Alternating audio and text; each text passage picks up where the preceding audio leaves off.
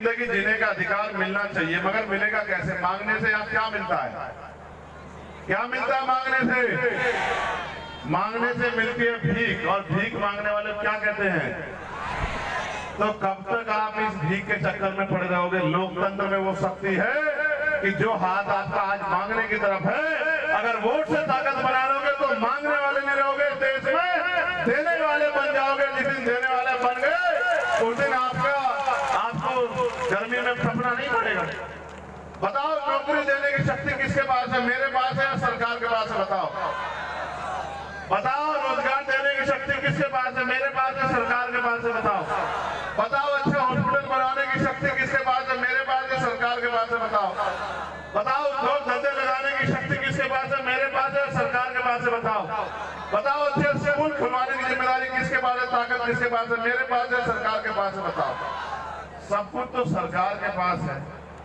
और आप अगर आप अपना उम्मीदवार उतारने जा रहे हैं, कौन उतार रहे हैं, कब तक उतारेंगे, कौन होगा? ये तो आप लेंगे, पार्टी लेगी, कौन होगा और कब तक उतारेंगे, पार्टी का फैसला है भाई। पार्टी जब चाहे ले लेगी। नहीं, चुनाव लड़ने की तैयारी में है, उपचुनाव ना लड़ेंगे ना। सांसद जी, आप अयोध्या आए हैं, यहाँ आज पिछड़े वर्ग की एक आज पिछड़े वर्ग की बालिका के साथ रेप हुआ है, गैंग रेप। तो क्या आप उससे अधिकारियों से बात की थी, हमारी टीम भी जाके उनसे मिली थी जी। कार्रवाई हो रही है और मैं चाहता हूँ कि कठोर कार्रवाई हो, कोई निर्दोष उस पे उसका उत्पीड़न न किया, कोई दोषी बचे ना। सुन लो पहले, नहीं, बुलडोजरी कार्रवाई से मैं सहमत नहीं हूँ। बुलडोजरी कार्रवाई इसलिए सहमत नहीं हूँ, अपराध एक करे, आदमी करे और उसके पूरे परिवार को सजा मिले, ये नहीं होना चाहिए। और फिर मैं कह रहा हूँ, न्यायपालिका पे हमें भरोसा रखना चाहिए।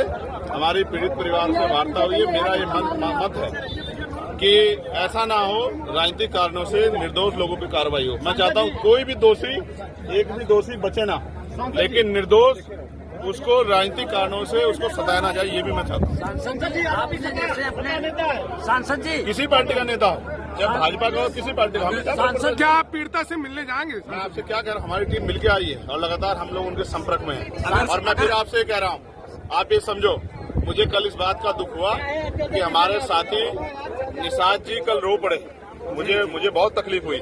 मगर मैं समझता हूं कि अगर कैबिनेट मिनिस्टर बन के भी आपको रोना पड़ रहा है और न्याय में देरी हो रही है, तो फिर ये आप काहे के कैबिनेट मिनिस्टर हैं? तो मैं आपको स्पष्ट रूप से कहा, मैं उनकी जगह होता तो ऐसे आरोप ऐसा अपराध करने वालों की जो है ऐसे सख्त सजा मिलती, और जो पुलिस के लोग, जिन लोगों ने लापरवाही की, उन पर भी कार्रवाई होती। तो ये सब क्या होता है, तो समझना पड़ेगा।